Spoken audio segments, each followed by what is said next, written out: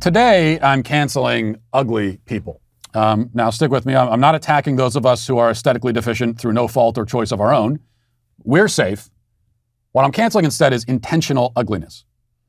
And not just as it applies to human beings personally, but also to the works of human beings, our art, our architecture, our music. There's ugliness everywhere. The world has become a very ugly place. Now, it retains its natural beauty. You can still go to San Francisco, and if you step over the human feces and the meth addicts laying all over the sidewalk, and if you can wade through the mob of hoodlums looting the Gucci outlet, you can look out at the ocean, and it's just as beautiful as it always has been. There's beauty in the world wherever we've allowed it to remain, but those places are fewer and farther between, as there's been a campaign to uglify everything, including ourselves.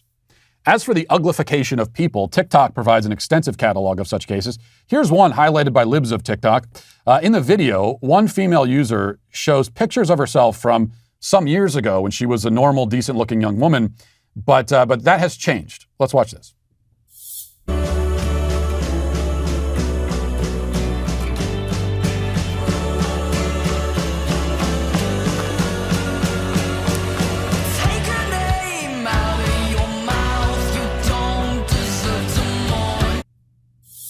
Okay, well, if you couldn't see there because you're listening to the audio podcast, she chopped her hair off, she put on weight, and she stuck piercings all over her face. Her feminine appearance is gone in favor of this androgynous, mutilated look. I feel comfortable commenting on the transformation because she's apparently quite proud of it, proud enough to advertise it on social media. She is certainly uglier now, much uglier, and that's how she intends it. Many such cases. You find this trend even among pop stars who used to be criticized for being unreasonably beautiful. More and more, they've freed themselves from the shackles of physical beauty and embraced something else entirely.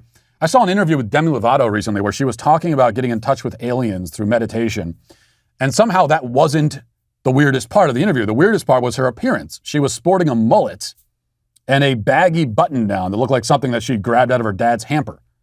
Again, this is part of a larger trend. Even the female celebrities who remain beautiful don't want you to notice it. Supermodel Emily Ratajkowski has just released a book of essays, though you'd probably want to read an essay by a supermodel about as much as you want to see me posing for modeling shots, where she complains about as the New York Times puts it, the oppression of the male gaze. She has built a career on being attractive in front of the camera. She's made millions off of the male gaze, and yet she hates it. It oppresses her. She wishes she could climb into a cave and model for no one and still get paid millions. But there isn't much of a market for cave modeling, so she sticks with the regular kind and whines about it. The attack on beauty also includes an attack on those who notice or appreciate beauty. Yet Ratajkowski's complaints aren't as absurd as the rise of plus-sized modeling, where morbidly obese women don skimpy clothing to show off their excess baggage. We're not meant to appreciate their beauty. I mean, a morbid obesity is not beautiful since it's self-destructive and deadly, so much as we're supposed to admire the physical ugliness on principle. Well, here's the holiday gift that you got to buy someone this year. Kamikoto knives. Kamikoto taps into more than 800 years of traditional technique from Honshu, Japan.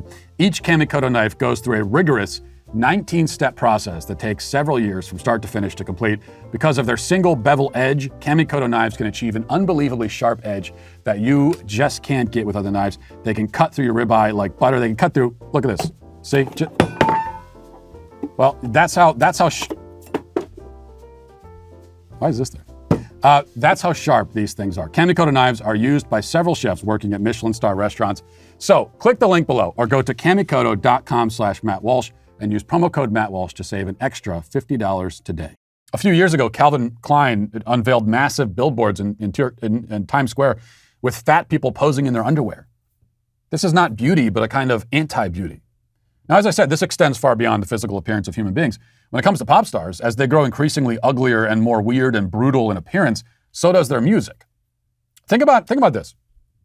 How often do you hear a pop song, even one you like, and think, wow, this is beautiful? Now, you might like a song because it's catchy, or it sounds cool or whatever, but not usually because it's beautiful. There was a time, most of human history in fact, when the statement, I like this music, was synonymous with the statement, this music is beautiful. The idea of liking music for any other reason than beauty would have seemed absurd. It still is, actually. Most music today, even if it's catchy, is also nonetheless obnoxious and vulgar and stupid and unpleasant. The same can be said about many of the cars we drive while we listen to the music and the buildings that we're driving to. Almost all buildings are ugly nowadays. We've gotten so used to it, we don't even notice it. But take note of it next time you're driving anywhere. I mean, the buildings are hideous, almost all of them. It only becomes noticeable when the ugliness is directly supplanting something beautiful that came before it. The Notre Dame Cathedral in Paris burned, and now they're going to replace it with a contemporary monstrosity replete with obnoxious light displays and modern art and other forms of gaudiness. Speaking of art, modern art is defined by its ugliness. It is, like the TikTok user, ugly on purpose, to make a point of some kind. But what is the point? I mean, why is everything and everybody so ugly? Why is the modern aesthetic so harsh and ghastly and strange? I think there are a few things happening here. Let's talk about two of them. One, modern society revolts against standards. We celebrate ambiguity because we imagine that there's freedom to be found in that vague sort of fog. We seek to escape expectation. A woman rejects the standards of femininity with its coherence and its clear lines and calls herself non-binary. But a beautiful woman, by definition, is one who best exemplifies those feminine traits.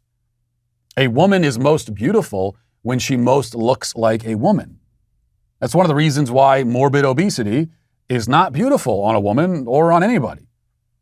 It's not beautiful on a woman because it not only is it deadly and lethal and unhealthy and self-destructive, but it also detracts from, it literally covers up the feminine traits that make a woman beautiful.